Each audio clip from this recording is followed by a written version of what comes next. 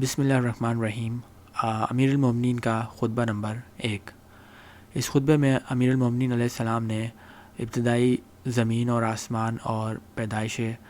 آدم کی خلقت کے بارے میں ذکر کیا ہے۔ تمام حمد و ثنا کے لیے ہے جس کی مدح تک بولنے والوں کی رسائی نہیں، جس کی نعمتوں کو گننے والے گن نہیں سکتے، نہ کوشش کرنے والے اس کا حق ادا کر سکتے ہیں، نہ بلند پرواز ہمتیں اسے پا سکتی ہیں، نہ عقل و فہم کی گہرائیاں اس تک پہنچ سکتی ہیں کہ کمال ذات کی کوئی حد معین نہیں، نہ اس کے لیے کوئی توصیفی لفظ ہیں، نہ اس کے لیے کوئی وقت ہے جسے شمار میں لایا جا سکے، نہ اس کی کوئی مدت ہے جو کہیں پر ختم ہو جائے۔ اس نے مخلوق کو اپنی قدرت سے پیدا کیا، اپنی رحمت سے ہواؤں کو چلایا، تھرتھراتی ہوئی زمین پر پہاڑوں کی میخیں گاڑی۔ دین کی ابتدا اس کی معرفت ہے، کمال معرفت اس کی تصدیق ہے، کمال تصدیق توحید ہے، کمال توحید تنزیہ و اخلاص ہے، اور کمال تنزیہ اور اخلاص یہ ہے کہ اس سے صفتوں کی نفی کی جائے، کیونکہ ہر صفت شاہد ہے اور وہ اپنے موصوف کی غیر ہے، اور ہر موصوف شاہد ہے کہ وہ صفت کے علاوہ کوئی چیز ہے۔ لہٰذا جس نے ذات الہی کے علاوہ صفات مانے اس نے ذات کا دوسرا ساتھی مان لیا، اور جس نے اس کی ذات کا کوئی اور ساتھی مانا اس نے دوئی پیدا کی، اور جس نے دوئی پیدا کی اور اس نے اس کے لیے جذبہ نہ ڈالا، اور جو اس کے لیے اجزا کا قائل ہوا وہ اس سے بے خبر رہا، اور جو اس سے بے خبر رہا اس نے اسے قابل اشارہ سمجھ لیا، اور جس نے اسے قابل اشارہ سمجھ لیا اس نے اس کی حد بندی کر دی، اور جو اسے محدود سمجھا وہ اسے دوسری چیزوں کی قطار میں لے آیا۔ جس نے یہ کہا کہ وہ کسی چیز میں ہے اس نے اسے کسی شے کے ضمن میں فرض کر لیا، اور جس نے یہ کہا کہ وہ کسی چیز پر ہے اس نے اور جگہیں اس سے خالی سمجھ لیں۔ وہ ہے، ہوا نہیں، موجود ہے مگر عدم سے وجود میں نہیں آیا، وہ ہر شے کے ساتھ ہے، جسمانی اتصال کی طرح وہ ہر چیز سے علیحدہ ہے، نہ جسمانی دوری کے طور پر وہ فاعل ہے لیکن حرکات اور آلات کا محتاج نہیں۔ وہ اس وقت بھی دیکھنے والا تھا جب کہ مخلوقات میں کوئی چیز دیکھنے والی نہ تھی۔ وہ یگانہ ہے، اس لیے کہ کوئی اس کا ساتھی ہی نہیں ہے کہ جس سے وہ مانوس ہو اور اسے کھو کر پریشان ہو جائے۔ اس نے پہلے پہل خلق کو ایجاد کیا بغیر کسی فکر کی جولانی کے، اور بغیر کسی تجربے کے جس سے فائدہ اٹھانے کی اسے ضرورت پڑی ہو، اور بغیر کسی حرکت کے جسے اس نے پیدا کیا ہو، بغیر کسی ولولے اور جوش کے کہ جس سے وہ بے تاب ہو گیا ہو۔ ہر چیز کو اس کے وقت کے حوالے کیا، بے جوڑ چیزوں میں توازن و ہمانگی پیدا کی، ہر چیز کو خوداگانہ طبیعت اور مزاج کا حامل بنایا، اور ان طبیعتوں کے لیے مناسب صورتیں قرار دیں۔ وہ ان چیزوں کو ان کے وجود میں آنے سے پہلے جانتا تھا، ان کی حد و نہایت پر احاطہ کیے ہوئے تھا۔ پھر یہ کہ اس نے کشادہ فضا، وسیع اطراف و کناف اور خلا کی وسعت خلق کیں، اور ان میں ایسا پانی بہایا جس کے دریائے موج کی نہریں طوفانی اور بحر ذخار کی موجیں تابادب تھیں۔ اسے تیز ہوا اور تند آندھی کے پشت پر لادھا، پھر اسے پانی کے پلٹانے کا حکم دیا، اور اسے اس کے پابند رہنے پر قابو دیا، اور اسے پانی کی سرحد سے ملا دیا۔ اس کے نیچے ہوا دور تک پھیلی ہوئی تھی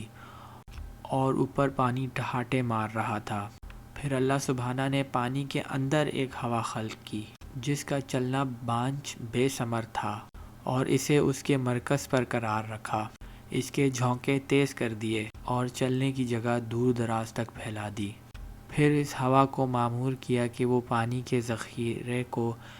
تھپیڑے دے اور بحر بے کراں کو موجوں تک پھیلائے، اور ہوا نے پانی کو یوں پھیٹ دیا جس طرح دہی کے مشکیزے کو پھیٹا جاتا ہے، اور اسے دھکیلتی ہوئی تیزی سے چلی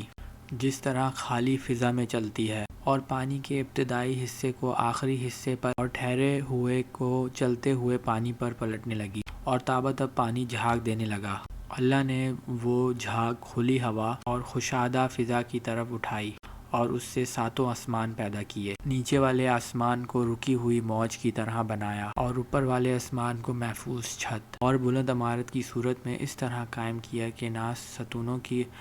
سہارے کی حاجت تھی، نہ بندھنوں سے جوڑنے کی ضرورت۔ پھر ان کو ستاروں کی سجدت اور روشن ستاروں کی چمک دھمک سے آراستہ کیا، اور ان میں سپاش چراغ اور جھمکتا چاند روا کیا جو گھومنے والے فلک،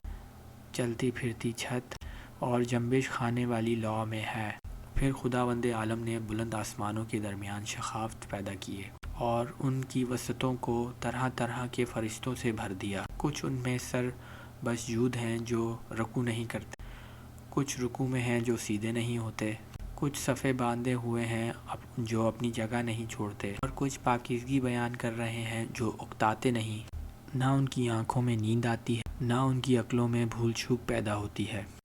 نہ ان کے بدنوں میں سستی اور کاہلی آتی ہے، نہ ان پر نسیان کی غفلت طاری ہوتی ہے۔ ان میں کچھ تو وحی الہی کے امین، اس کے رسولوں کی طرف پیغام رسائی کے لیے زبان حق اور اس کے قطعی فیصلوں اور فرمانوں کو لے کر آنے جانے والے ہیں۔ کچھ اس کے بندوں کے نگربان اور جنت کے دروازوں کے پاسبان ہیں۔ کچھ وہ ہیں جن کے قدم زمین کی تہہ میں جمے ہوئے ہیں اور ان کے پہلو اطراف عالم سے بھی آگے بڑھ گئے ہیں۔ ان کے شانے عرش کے پہلوؤں سے میل کھاتے ہیں، عرش کے سامنے ان کی آنکھیں جھکی ہوئی ہیں اور اس کے نیچے اپنے پروں میں لپیٹے ہوئے ہیں، اور ان میں اور دوسری مخلوق میں عزت کے حجاب اور قدرت کے سرا اور ان میں اور دوسری مخلوق میں عزت کے حجاب اور قدرت کے سرا پردے حائل ہیں۔ وہ شکل و صورت کے ساتھ اپنے رب کا تصور نہیں کرتے، نہ اس پر مخلوق کی صفتیں طاری کرتے ہیں، نہ اسے محل و مکان میں گھرا ہوا سمجھتے ہیں، نہ اشباہ و نظائر سے اس کی طرف اشارہ کرتے ہیں۔ حضرت آدم علیہ السلام کی تخلیق کے بارے میں فرمایا، پھر اللہ نے سخت و نرم اور شیریں اور شورزار زمین سے مٹی جمع کی، اسے پانی سے اتنا گھولا کہ وہ صاف ہو کر ٹھہر گئی، اور تری سے اتنا گھوندا کہ اس میں لیس پیدا ہو گیا۔ اس سے ایک ایسی صورت بنائی جس میں موڑ ہیں اور جوڑ، اجزا ہیں اور مختلف حصے۔ اسے یہاں تک سکھایا کہ وہ خود تھم سکی، اور اتنا سخت کیا کہ وہ کھنکھنانے لگی۔ ایک وقت معین اور مدت معلوم تک اسے یوں ہی رہنے دیا، پھر اس میں روح پھونکی تو وہ ایسے انسان کی صورت میں کھڑی ہو گئی جو قوائے ذہنی کو حرکت دینے والا، فکری حرکات سے تصریف کرنے والا، اعضاء و جوارح سے خدمت لینے والا اور ہاتھ پاؤں کو چلانے والا ہے، اور ایسی شناخت کا مالک ہے جس سے حق و باطل میں تمیز کرتا ہے، اور مختلف مزوں، بوؤں، رنگوں اور جنسوں میں فرق کرتا ہے۔ خود رنگا رنگ کی مٹی اور ملتی جلتی ہوئی موافق چیزیں اور مخالف زدوں اور متعدد خلقوں سے اس کا خمیر ہوا ہے، یعنی گرمی، سردی، تری، خشکی کا پیکر ہے۔ پھر اللہ نے فرشتوں سے چاہا کہ وہ اس کی سونپی ہوئی ودیعت ادا کریں اور اس کے پیمان و وصیت کو پورا کریں جو سجدہ آدم کے حکم کو تسلیم کرنے اور اس کی بزرگی کے سامنے تواضع و فروتنزی کے لیے ہے۔ اس لیے اللہ نے کہا کہ آدم کو سجدہ کرو۔ ابلیس کے سوا سب نے سجدہ کیا، اسے عصبیت نے گھیر لیا، بخت بختی اس پر چھا گئی۔ آگ سے پیدا ہونے کی وجہ سے اپنے کو بزرگ و برتر سمجھا اور کھنکھناتی ہوئی مٹی کو مغلوب اور ذلیل جانا۔ اللہ نے اسے مہلت دی تاکہ وہ پورے طور پر غضب کا مستحق بن جائے اور بنی آدم کی آزمائش پایا تکمیل تک پہنچے اور وہ وعدہ پورا ہو جائے۔ چنانچہ اللہ نے اس سے کہا کہ تجھے وقت معین تک کی مہلت ہے۔ پھر اللہ نے آدم علیہ السلام کو ایسے گھر میں ٹھہرایا جہاں ان کی زندگی کو خوشگوار رکھا، انہیں شیطان اور اس کی عداوت سے بھی ہوشیار کر دیا۔ پھر ان کے دشمن نے ان کے جنت میں ٹھہرنے اور نیکوکاروں میں مل جل کر رہنے پر حسد کیا اور آخرکار انہیں کرب دے دیا۔ آدم نے یقین کو شک اور ارادے کے استحکام کو کمزوری کے ہاتھوں بیچ ڈالا، مسترد کو خوف سے بدل لیا اور فریب خوری کی وجہ سے ندامت اٹھائی۔ پھر اللہ نے آدم کے لیے توبہ کی گنجائش رکھی، انہیں رحمت کے کلمے سکھائے، جنت میں دوبارہ پہنچانے کا ان سے وعدہ کیا اور انہیں دار ابتلا و محل افزائش ناک میں اتار دیا۔ اللہ سبحانہ نے ان کی اولاد سے انبیاء چنے، وحی پر ان سے عہد و پیمان لیے، تبلیغ رسالت کا انہیں پیماں بنایا، جبکہ اکثر لوگوں نے اللہ کا عہد بدل دیا، چنانچہ وہ اس کے حق سے بے خبر ہو گئے، اوروں کو اس کا شریک بنا ڈالا۔ شیاطین نے اس کی معرفت سے انہیں رو گرداں اور اس کی عبادت سے الگ کر دیا۔ اللہ نے ان میں اپنے رسول مبعوث کیے اور لگاتار پیغمبر بھیجے تاکہ ان سے فطرت کے عہد و پیمان پورے کرائیں، اس کی بھولی ہوئی نعمتیں یاد دلائیں، پیغام ربی پہنچا کر حجت تمام کریں، عقل کے دفینوں کو ابھاریں اور انہیں قدرت کی نشانیاں دکھائیں۔ یہ سروں پر بلند پام آسمان، ان کے نیچے بچھا ہوا فرش زمین، زندہ رہنے والا سامان معیشت، فنا کرنے والی الجھنیں، بوڑھا کرنے والی بیماریاں اور پہ در پہ آنے والے حادثے۔ اللہ سبحانہ نے اپنی مخلوق کو بغیر کسی فرشتہ دار پیغمبر یا آسمانی کتاب یا دلیل قطعی یا طریق روشن کے کبھی یوں ہی نہیں چھوڑا۔ ایسے رسول جنہیں تعداد کی کمی اور جھٹلانے والوں کی کثرت درماندہ و عاجز نہیں کرتی تھی۔ ان میں کوئی سبق تھا جس نے بعد میں آنے والوں کا نام و نشان بتایا، کوئی بعد میں آیا جسے پہلا پہچانوا چکا تھا۔ اسی طرح مدتیں گزر گئیں، زمانے بیت گئے،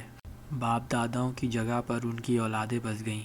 یہاں تک کہ اللہ سبحانہ نے ایفائے عہد و اتمام نبوت کے لیے محمد صلی اللہ علیہ وآلہ وسلم کو مبعوث کیا، جن کے متعلق نبیوں سے عہد و پیمان لیا جا چکا تھا،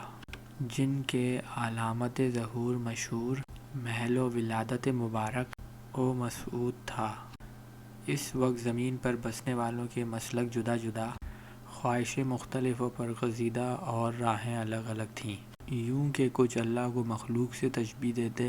کچھ اس کے ناموں کو بگاڑ دیتے، کچھ اسے چھوڑ کر اوروں کی طرف اشارہ کرتے تھے۔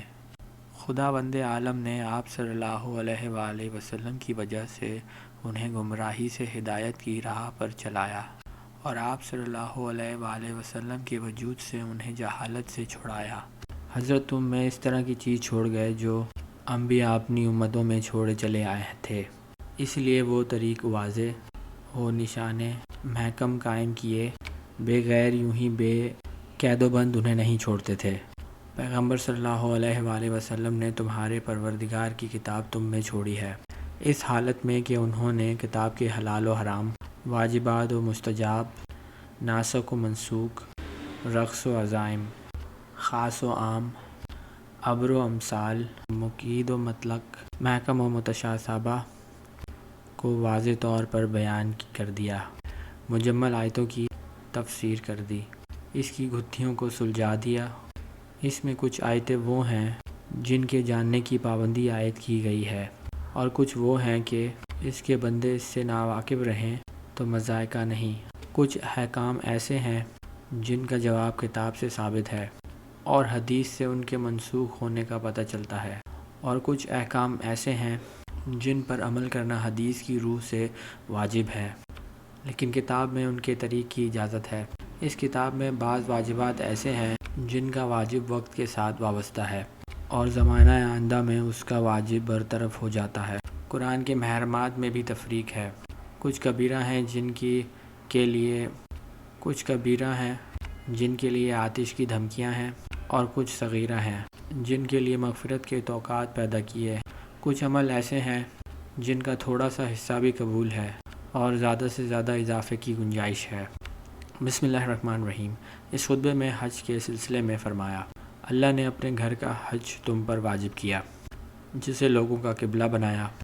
جہاں لوگ اس طرح کھینچ کر آتے ہیں جس طرح پیاسے حیوان پانی کی طرف، اور اس طرح ورفتگی سے بڑھتے ہیں جس طرح کبوتر اپنے آشیانوں کی جانب۔ اللہ جل شانہ نے اس کو اپنی عظمت کے سامنے ان کی فروتنی و عاجزی اور اپنی عزت کے اعتراف کا نشان بنایا۔ اس نے اپنی مخلوق میں سننے والے لوگ چن لیے جنہوں نے اس کی آواز پر لبیک کہی اور اس کے کلام کی تصدیق کی۔ وہ انبیاءوں کی جگہوں پر ٹھہرے، عرش پر طواف کرنے والے فرشتوں سے شباعت اختیار کی۔ وہ اپنی عبادت کی تجارت گاہ میں منفوعات کو سمیٹتے ہیں اور اس کی وعدہ گاہ مغفرت کی طرف بڑھتے ہیں۔ اللہ سبحانہ نے اس گھر کو اسلام کا نشان، پناہ چاہنے والوں کے لیے حرم بنایا ہے۔ اس کا حج فرض اور ادائیگی حق کو واجب کیا ہے اور اس کی طرف راہ نور دی فرض کر دی۔ چنانچہ اللہ نے قرآن میں فرمایا کہ اللہ کا واجب علیحدہ حق لوگوں پر یہ ہے کہ وہ خانہ کعبہ کا حج کریں جنہیں وہاں تک پہنچنے کی استطاعت ہو، اور جس نے کفر کیا تو جان لے کہ اللہ سارے جہاں سے بے نیاز ہے۔